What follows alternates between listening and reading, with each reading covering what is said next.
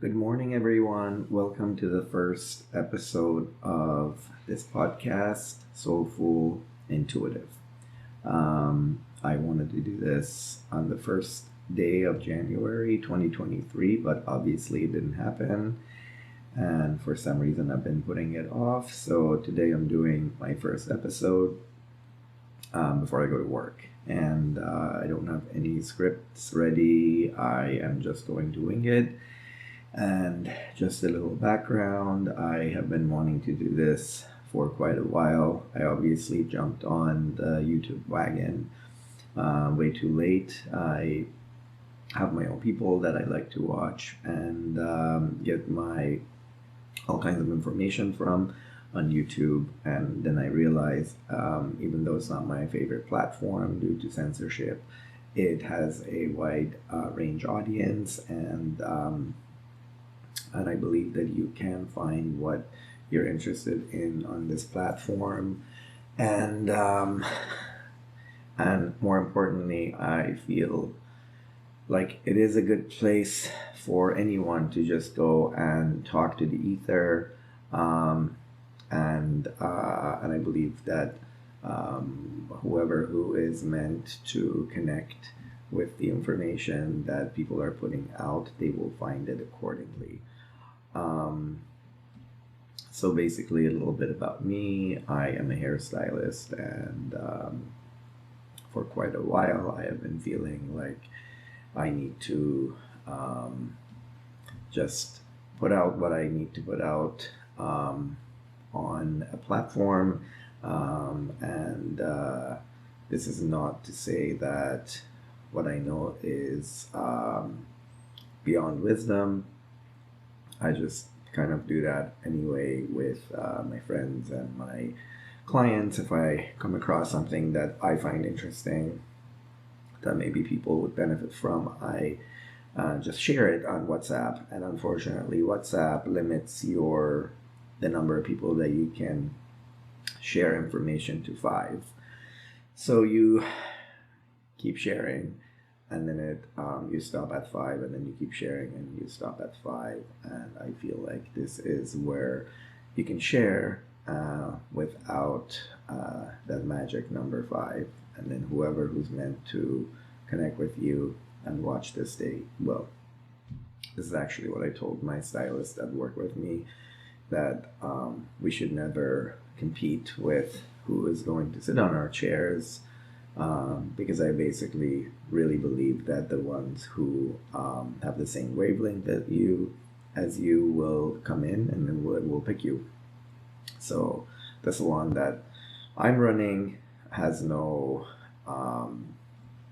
dress code. People can wear whatever they want to wear as long as it's not pajamas, basically to show their individuality and who they are based on their fashion. And then clients come in and look at whoever who's working, and if they feel like they connect with any of the stylists on the floor based on their hair and their looks and their fashion, then they're just going to go and sit there. And I've been doing hair for almost 20 years, and I never had to compete with anyone, and I just don't believe that that's necessary, because your sense of style and your energy will attract the ones that will respond to who you are. And I think that YouTube kind of works like that too, although I'm not really familiar with algorithms and how YouTube works, but here we are. I don't want to put it off anymore. It's kind of just like going to the gym or cooking for the week, where you just know you have to do it, but you put it off. I don't want to put this off anymore. It is a little unnatural for me to just sit in front of the camera and stare at myself, but being a hairstylist, you get used to working in front of the mirror and not look at yourself, and that's exactly what I'm doing. I am looking at the camera, but I'm not looking at myself. So hopefully it'll get easier. And what I want to talk about is basically a little bit of everything, but also I'm Canadian and I'm Iranian Canadian, and in the past few months, in the wake of what's been happening in Iran, which is a country in the Middle East that is run by religious dictatorship, that is a feminine hater, fear rising, arousing, and basically just a nightmare kind of a government to live under. I've been waking up every morning early to just watch the news to see what's happening, and then I realized that some people are meant to go on the street and protest, and some people do editorials, and some people, everybody plays a role, and some people are fighters, and some people are yellers, and some people meditate about it. And I think that for some of us, the role is to just put out some insights about what's happening. And I don't think that what's happening in Iran or in any country is separate from the rest of the world. I do think that, and I believe that there is a movement that is going to be worldwide, that is going to embrace femininity, because the femininity has been under attack for a very long time. And when I say femininity, I don't mean like biological women per se. I mean femininity, which is your right brain qualities, which is compassion, creativity, inclusivity,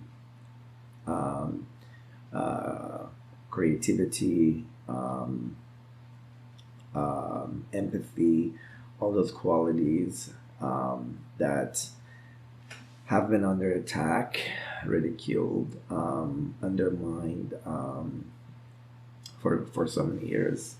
And what's happening in Iran is, regardless of what the news reports on, is a massive movement to push back on toxic masculinity. And again, toxic masculinity is not inclusive to and exclusive to men.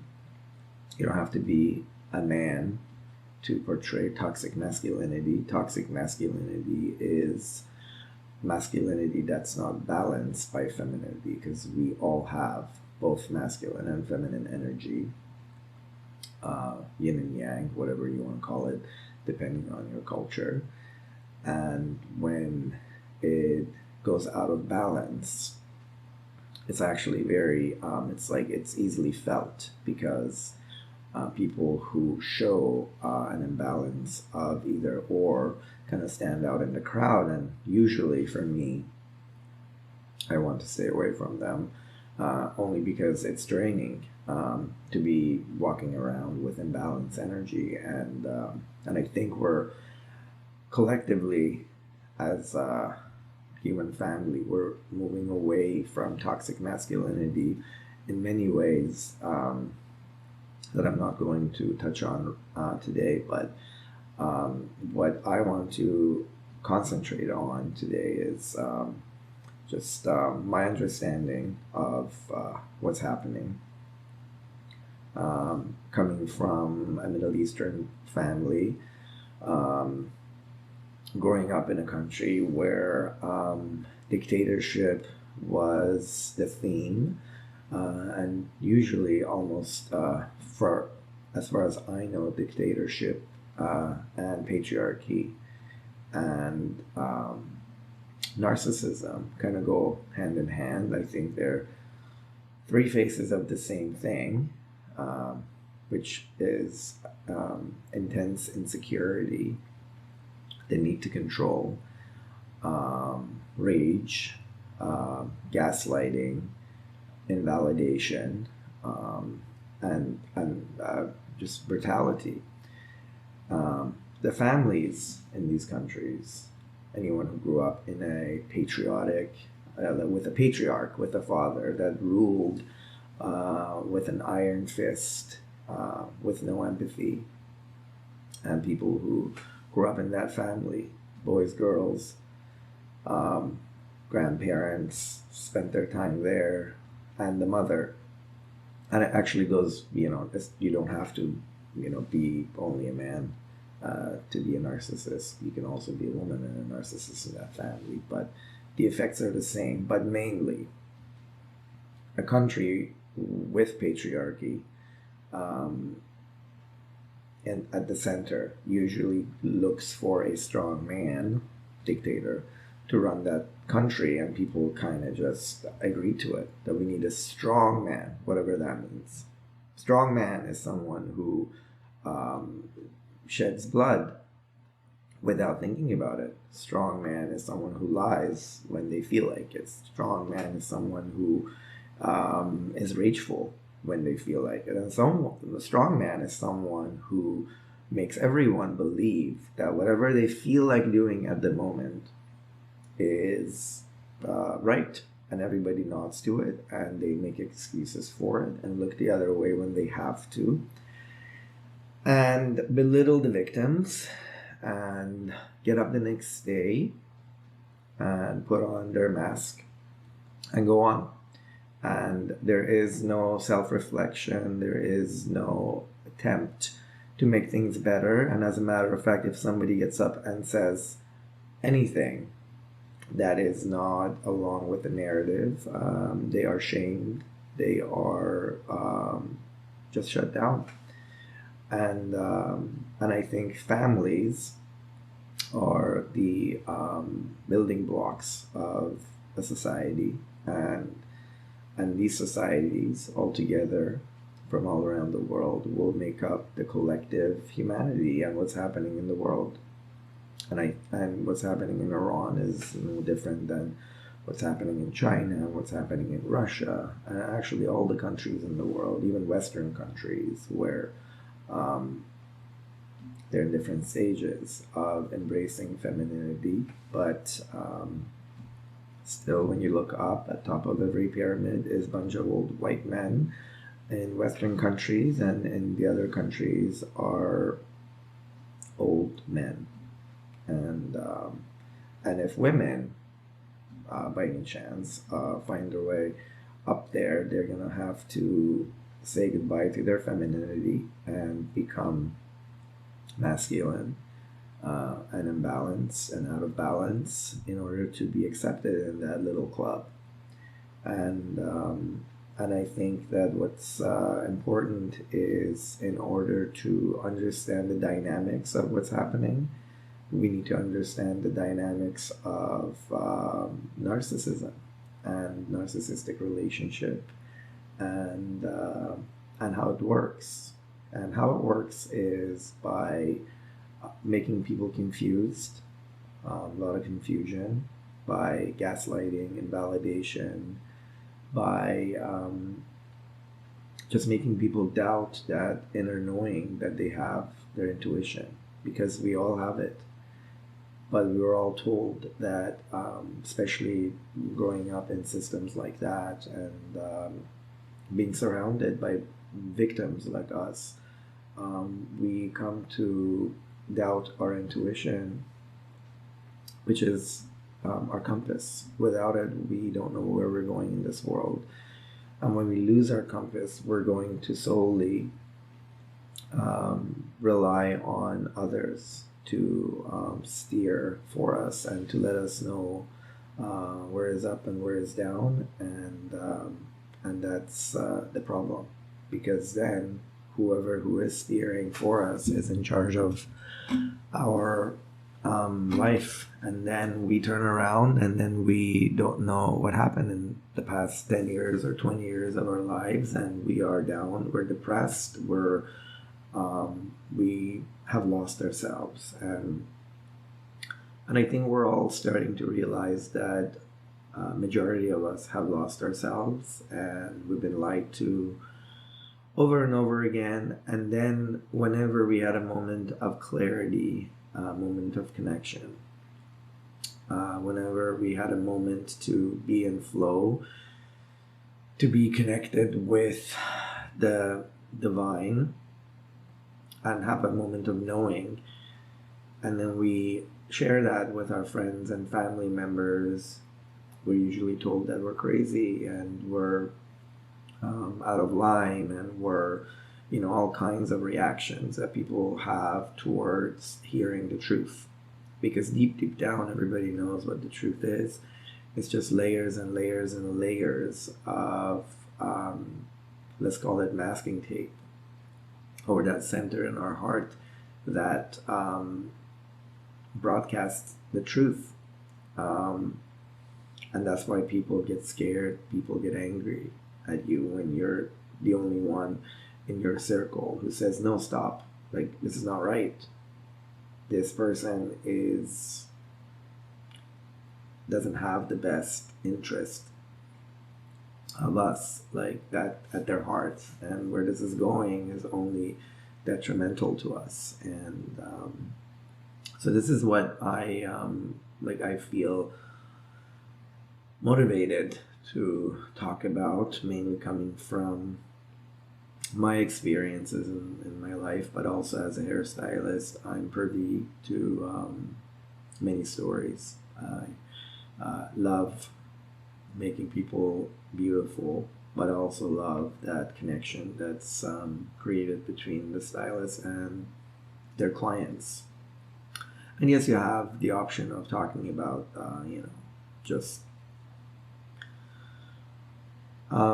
mundane stuff, the weather and the TV shows and the Kardashians' latest outfits, but also you have the option of talking about other things like your life and what's happening in your world, and sharing your life stories, which almost always opens the gate for your clients to share with you. And I think that's what we need in this world. We need real sharing, and we need real connections, not yet another way to distract us from ourselves and distract us from others. And I feel like these platforms are what you make of it. They can be a place where you go get distracted, and they can be a place where you can connect with other human beings who yearn for connection with others. And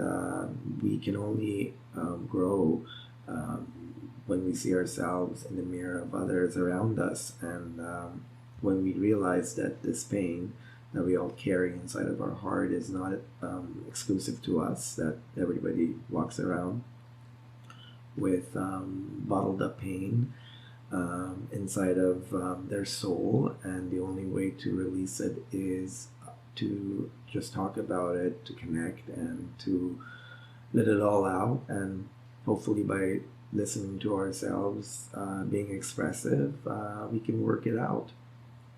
And that's what I would like to do, talking about real human experiences, and talking about what really goes on when people open their hearts to each other, and when on an individual level we learn to connect and be honest and be sharing and be truthful, then I think over time we will live in a society that reflects the same qualities, where people think that you go to bed and you wake up the next morning and all of a sudden you have someone in charge of your society who's not a reflection of who you are.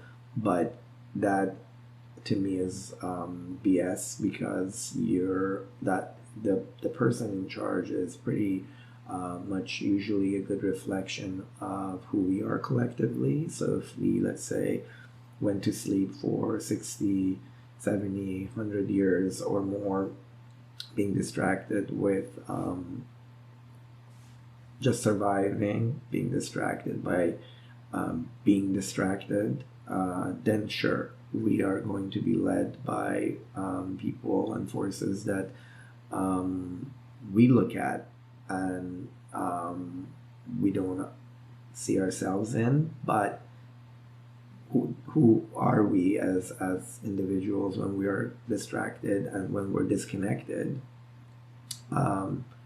is pretty much, is who we will choose to lead us to God knows where.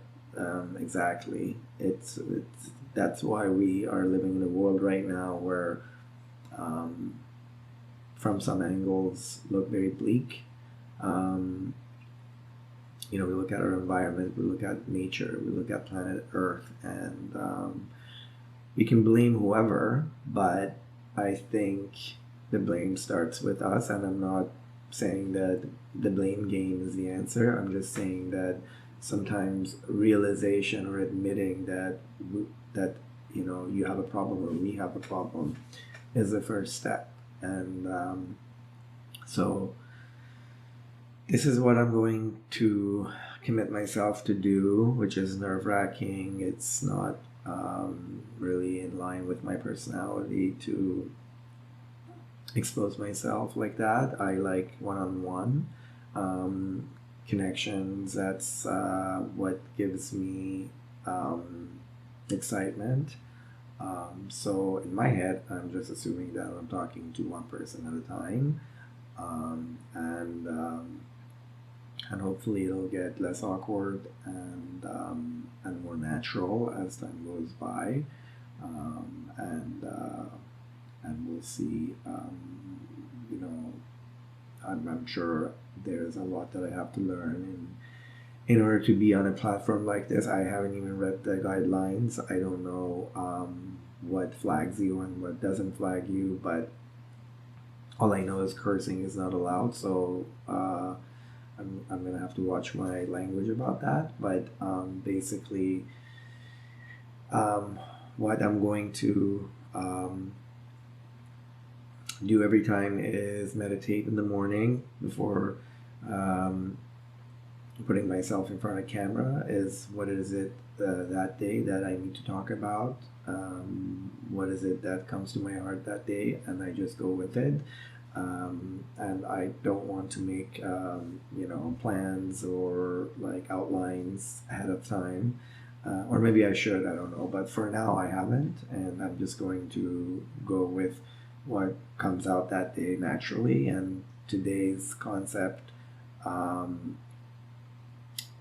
is going towards the whole dictatorship, narcissism, control, and patriarchy, and the effect of all of those different faces of the same nature on all of us, and how are we going to move towards a more balanced life between our masculine and feminine, for men who are very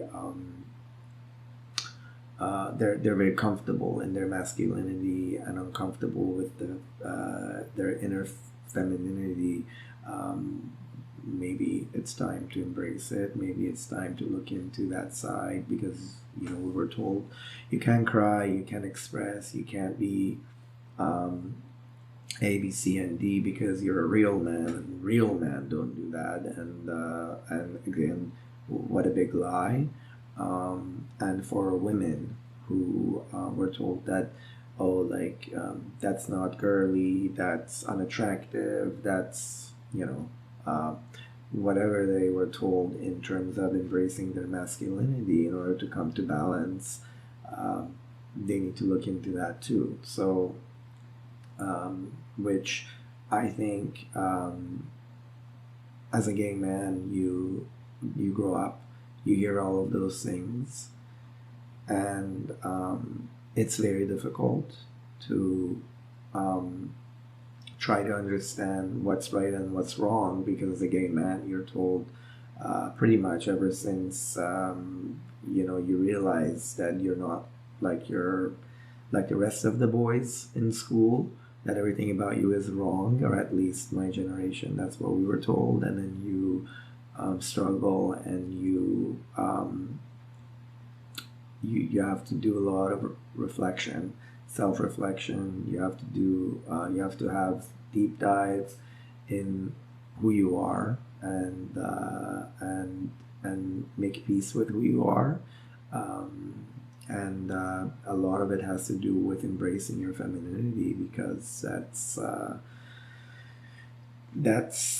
a big part of being a gay man, to be self-reflective, and yeah, and lesbian as well. I'm speaking strictly on behalf of like myself as a gay man, but all the LGBTQ um, community, they struggle with the same thing, because when you're told by your immediate family and your distant family, which is the world, the society that you live in, that you're wrong and you shouldn't be here, you shouldn't behave this way, and you should just be like everyone else, conforming to the moral codes and to what the society wants you to be. Um,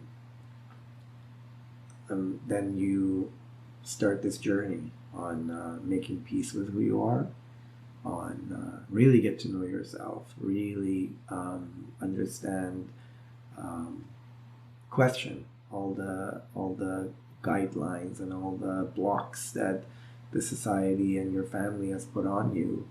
Um, as if you act like this, then we won't love you, and if you be like this, then we won't have you, and all of those things, and just a series of mini deaths, and mini births, that you um, just look inside and see who you are, and embrace all of those parts that were considered bad or icky or immoral, or and there are a bunch of other names for them too.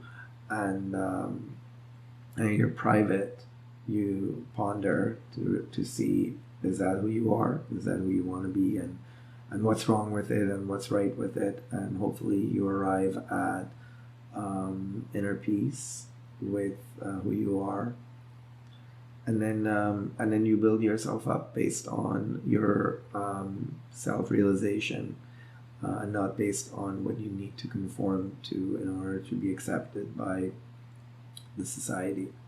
And I think that's what we all have to do, just to be, just to have harmony, inner harmony, just to have inner peace, just to be a human that you are proud of, and not just a human that was made and shaped in the human factory of the society. Um, and hopefully, by sharing your experience with your friends and family, if they're open to it, and this is again for the queer audience, as we all have to do, because they ask us, when did you know that you were like this? Um, and a life of a queer person is coming out a few times a day, every day, for a very long time. People have questions, and there's nothing wrong with asking questions, and we just get really good at answering them, and educating others who have a different life path as us.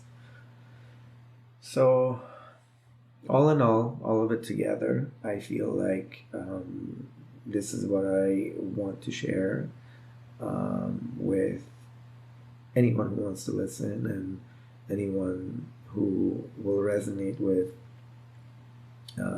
what I'm talking about, and then hopefully more and more people will share their story, because there's so much variety in human stories, and there's so much different ways to connect with each other. But all in all, we will end up towards a society and a world where we're all really connecting, and it's not the world of emojis and acronyms and filters. It's the world where we're all being real, and we won't apologize for the flaws and for the imperfections, where those are the actual qualities that we embrace, because um, that's where the real growth comes from, by not creating this fake perfectionistic image of humanity that has never existed and will never exist, but by being real and by shining light on what's happening with us individually, and with what's happening with the world around us, and what's happening with the world on a bigger scale.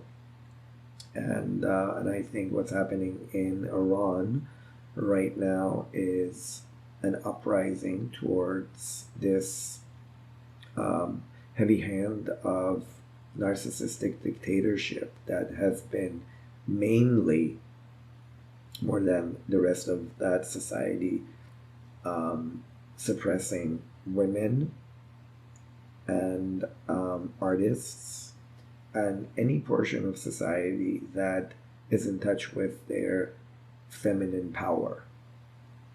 Any portion of society that shows empathy and sympathy and love and acceptance and peace and harmony. And that's exciting, but it needs to be reinforced. And when you've been invalidated for so long, you are shaky and you are doubtful. And you're told that you're wrong, and you're told that you're going to be defeated, and you're told that you're weak. And I'm here to personally tell you that these are all feelings that are valid, but the reason why you're being told all of these is because that insecure dictatorship is afraid of you. Because the insecure narcissist only rules when you believe that you're nothing, that you're defeatable. And I'm telling you, based on my own experience, and I've been told a lot of these things all my life, that you can win and you will win. You just have to believe in yourself. And you're in the right. Just stay connected, stay focused, and polish that speaker that's attached to your intuition, and listen to it. Listen to it every day. Listen to it first thing in the morning and last thing at night and during the day. Just keep in touch, and it keeps getting louder and louder and louder, because when you haven't used it, it's very dim, it's very low, it is muffled. But as you use it on a daily, and as you make it your only tool, then it becomes more empowered, then it becomes louder. Then you will hear it all the time, and nobody can tell you that you're the crazy one, because crazy is what is happening in the world right now. Crazy is this over domineering, toxic masculinity that has given us nothing but pain, war, murder, and death. And it's time for birth.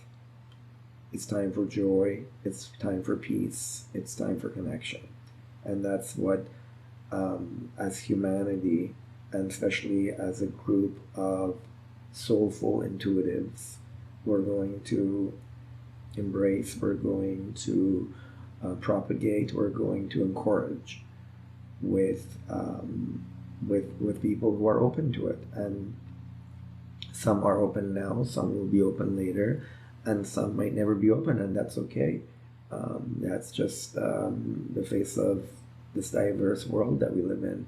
But I know there are people who are closeted intuitives, but they're ashamed of it, and they're whisper in your ears, but they would never speak up, and they would never admit to others that they too love to get in touch with that inner knowing and inner voice. And I would call her inner flashlight, where the light comes. And so we should every day make a habit of getting in touch with it.